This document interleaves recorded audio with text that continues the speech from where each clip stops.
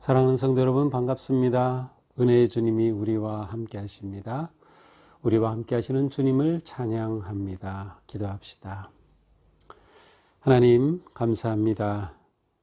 매서운 추위가 계속되고 있습니다. 하지만 이 추위 속에서도 저희들의 마음은 늘 주님을 향하고 또 주님의 음성을 사모합니다. 오늘도 저희들에게 주실 말씀을 기대하며 또 말씀 앞에 섭니다. 성령님, 오늘도 저희들에게 말씀으로 감화하여 주시고 또 저희들이 말씀 따라 순종하며 기쁨으로 주님 따르는 하루가 되게 하여 주시옵소서. 예수님 이름으로 기도합니다. 아멘. 네, 오늘 말씀은 누가복음 2장 22절에서 40절까지입니다. 제가 읽겠습니다. 21절부터네요. 할례할 8일이 되매 그 이름을 예수라 하니 곧 잉태하기 전에 천사가 일컬음 바라라. 모세의 법대로 정결 예식의 날이 참에 아기를 데리고 예루살렘에 올라가니 이는 주의 율법에 쓴 바 첫 해에 처음 난 남자마다 주의 거룩한 자라 하리라 한 대로 아기를 주께 드리고 또 주의 율법에 말씀하신 대로 산비둘기 한 쌍이나 혹은 어린 집비둘기 둘로 제사하려 함이더라. 예루살렘에 시몬이라 하는 사람이 있으니 이 사람은 의롭고 경건하여 이스라엘의 위로를 기다리는 자라. 성령이 그 위에 계시더라. 그가 주의 그리스도를 보기 전에는 죽지 아니하리라 하는 성령의 지시를 받았더니 성령의 감동으로 성전에 들어가매 마침 부모가 율법의 관례대로 행하고자 하여 그 아기 예수를 데리고 오는지라. 시몬이 아기를 안고 하나님을 찬송하여 이르되 주제여 이제는 말씀하신 대로 종을 평안히 놓아 주시는도다. 내 눈이 주의 구원을 보았사오니 이는 만민 앞에 예비하신 것이요 이방을 비추는 빛이요 주의 백성 이스라엘의 영광이니이다 하니 그의 부모가 그에게 대한 말들을 놀랍게 여기더라.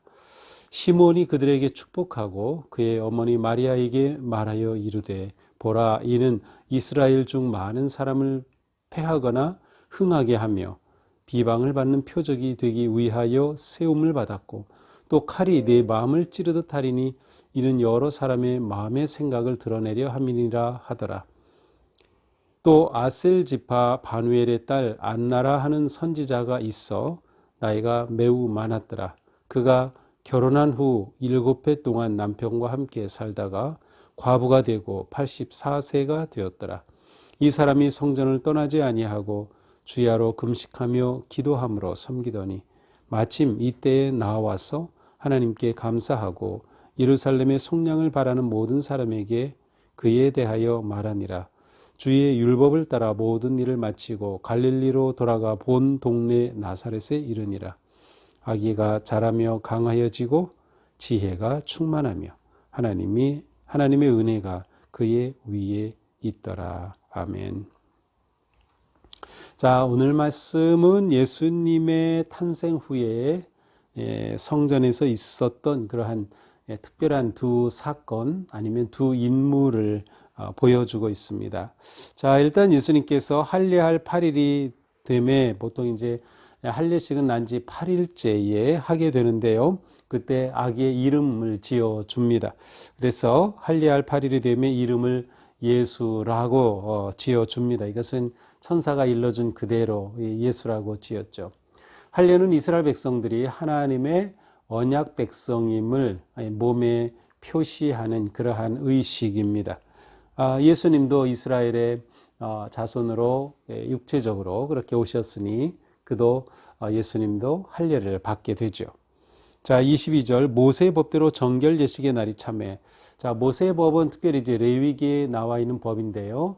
이제 출산을 하게 되면 부정하다 해서 정결할 때까지 기다려야 합니다. 아들을 낳을 경우 이제 40일이 되면 정결 예식의 날이 다 차요. 그래서 그때가 되면 이제 정결 예식의 날이 차서 예루살렘으로 올라가서 성전에서 드려야 될 그러한 제물들이 있습니다. 여기에 보니까 율법에 말씀하신 대로 산 비둘기 한 쌍 혹은 어린 집 비둘기 둘로 제사하려 함이라. 자, 마치 이제 우리 교회에서도 아이가 태어나면 이제 첫 예배 드리러 나올 때 아이가 강단에 부모와 함께 올라오고 제가 또 목사님이 이제 축복의 기도를 해주죠.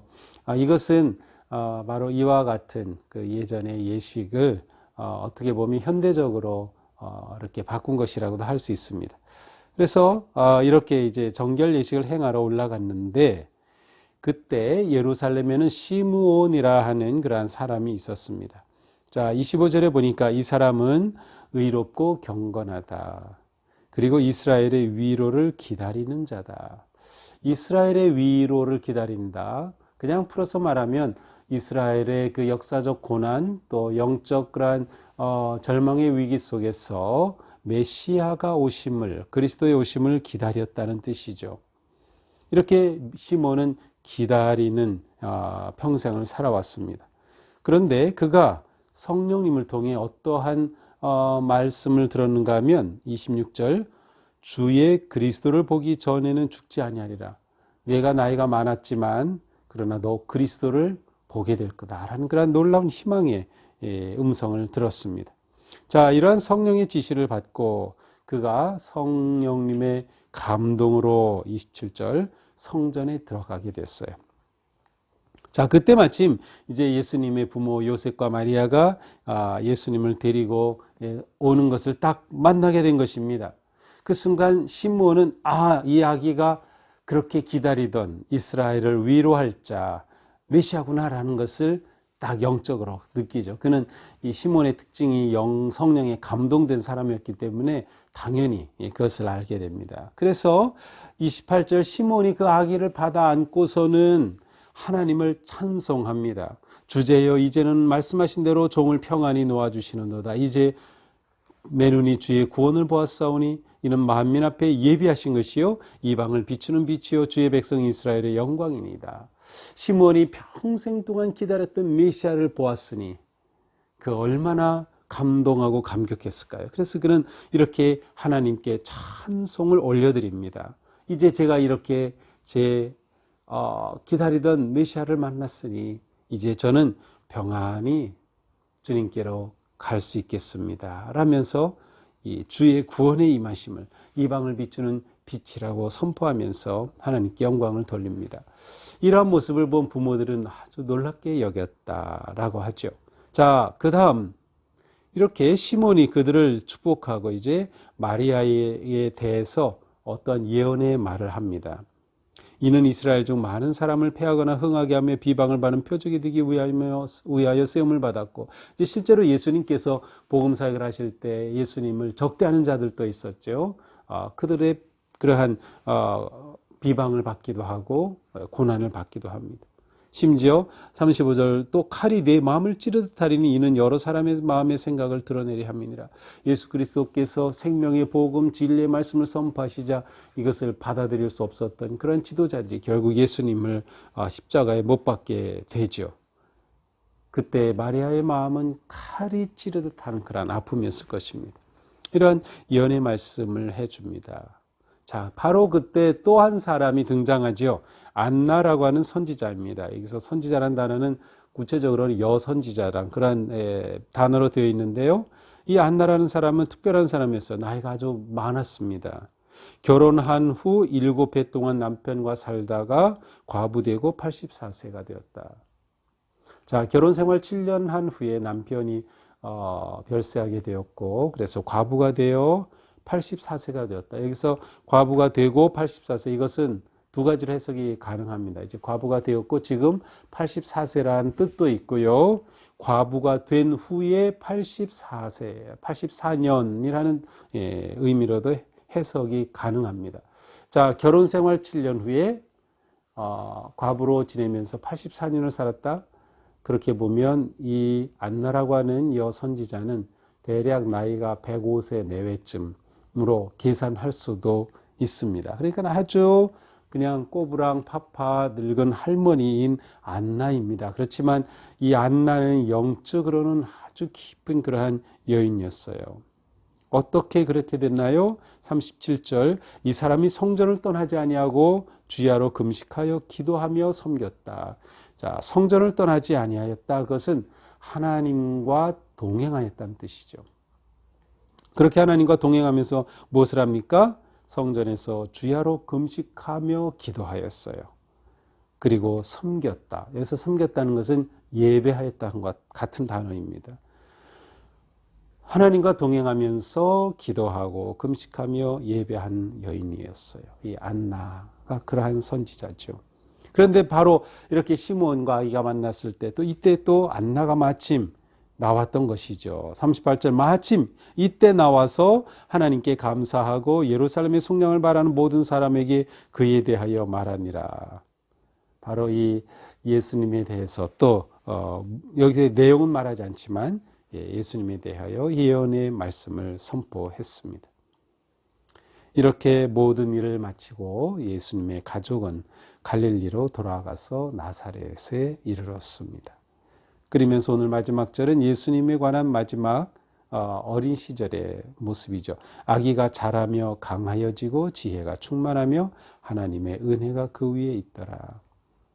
사실 예수님의 어린 시절에 관한 이야기로서 어떻게 보면 유일하게 나오는 이야기입니다. 물론 내일 본문에서는 예수님이 12살 되셨을 때 이랬던 사건 하나가 나와요. 그래서 이 사건 외에는 예수님의 어린 시절에 관해서 알 수 있는 것이 전혀 없습니다. 하지만 이 40절은 그 예수님의 어린 시절을 요약적으로 말해줍니다. 아기가 자라고 강하여지고 지혜가 충만하며 하나님의 은혜가 그 위에 있었다. 똑같은 말씀이 뒤에 52절 내일 보게 될 그 본문에서 똑같은 말씀이 나오죠. 예수님에 관한 어린 시절 성장의 요약입니다. 자, 오늘 본문에서는 우리는 그 두 사람을 만납니다. 시므온이라고 하는 사람과 안나라고 하는 사람. 참으로 경건한 믿음의 사람이었습니다. 이들은 기다리는 사람이었어요. 어떻게 보면 이 시므온은 하나님 이스라엘의 위로를 기다리는 자, 이 시므온의 사명은 기다림이었던 것 같아요. 이 사람은 위로를 기다리는 자, 아예 그의 별명이 기다리는 자인 셈이죠. 기다릴 줄 아는 사람이었어요. 기다림이 사명이었던 사람. 자, 그런데 이 사람이 이렇게 기다림 속에 그리스도를 만날 수 있었던 것은 바로 성령의 지시를 받는 사람이었기 때문입니다. 성령의 지시를 받더니 또 성령의 감동으로 이런 표현이 나오죠. 특별히 성령에 관한 언급은 누가복음의 특징이기도 한데 이렇게 시므온은 성령의 사람이었습니다. 그리고 그는 성령의 감동으로 기다렸고 마침내 그리스도를 만났습니다. 그런데 이 시므온이 예수님을 만났을 때 보여준 행동이 정말 저는 굉장히 그 모습에 감동을 받았어요. 28절에 보니까 시므온이 아기를 안고 자 그리스도를 품에 안았다. 이 얼마나 놀라운 감동일까요? 그리스도를 안았던 사람. 그리스도를 알았고 이 아기가 그리스도임을 알았고 그래서 그 아기를 안았던 하나님의 아들을 품에 안은 시므온. 참 그분의 그 감동이 저는 너무나도 부럽습니다.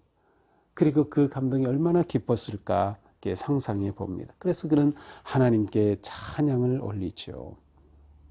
자, 우리가 이 시대를 살아갈 때 역시 시므온과 같은 그러한 경건한 모습이 필요합니다. 그것은 기다릴 줄 아는 것이죠. 하나님의 때와 하나님의 역사하심과 시간을 말이죠. 지금 우리는 코로나가 종식되기를 정말로 애타게 기다리고 있습니다. 그러나 기다림은 제가 설교에서 한 것처럼 단순히 수동적인 모습이 아니에요.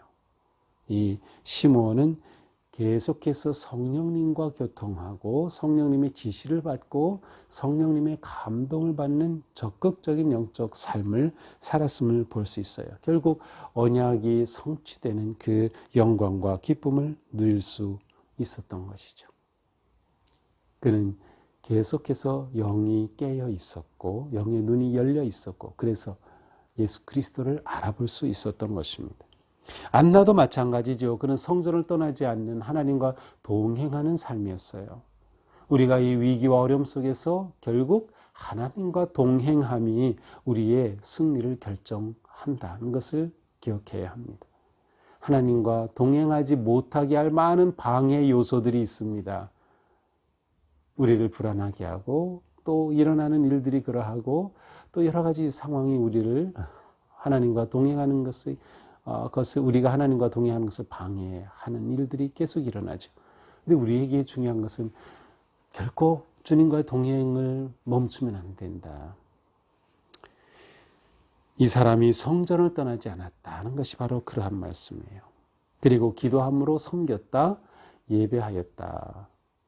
안나는 예배를 평생 놓치지 않았습니다. 어쩌면 84세인 지금 아니면 105세였을 그 나이에 이르도록 예배를 놓치지 않았다. 이것은 우리에게 큰 도전이 됩니다. 우리가 이 위기를 이겨내는 것은 하나님과 동행하고 하나님을 예배하는 삶을 통해 가능하다는 것을 보여주기 때문이죠. 그렇습니다. 우리가 안나처럼 또 시몬처럼 그렇게 믿음으로 기다리며 경건의 삶에 힘쓰며 성령님과 함께 동행할 때 우리도 그 기쁨과 영광을 누리고 보게 될 것을 우리는 확신합니다. 오늘 하루도 그와 같은 믿음으로 승리하는 복된 하루가 되기를 축복합니다. 기도합시다. 하나님, 예수님이 탄생하시고 또 성전에서 정결례를 행하며 임하였을 때 그 예수님을 만났던 시몬과 안나라고 하는 두 사람을 보았습니다.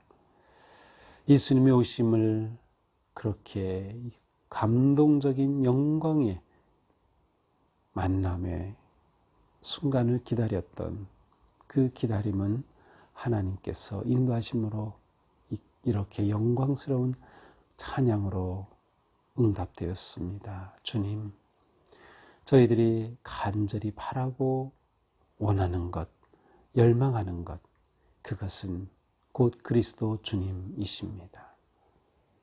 주님, 저희 삶 가운데 오심을, 또 다스리심을, 역사하심을, 그리고 이 시대적인 어려움 속에서 하나님께서 친히 임재하시고 이 모든 어려움을 다스려 주심을 또한 기대하고 기다립니다.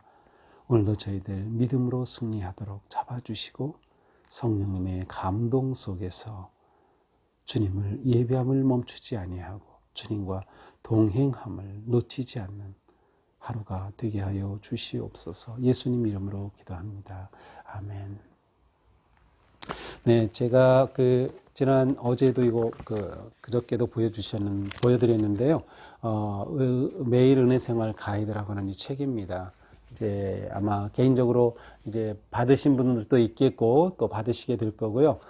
아니면 교회에 오셔서 가져가셔도 괜찮습니다.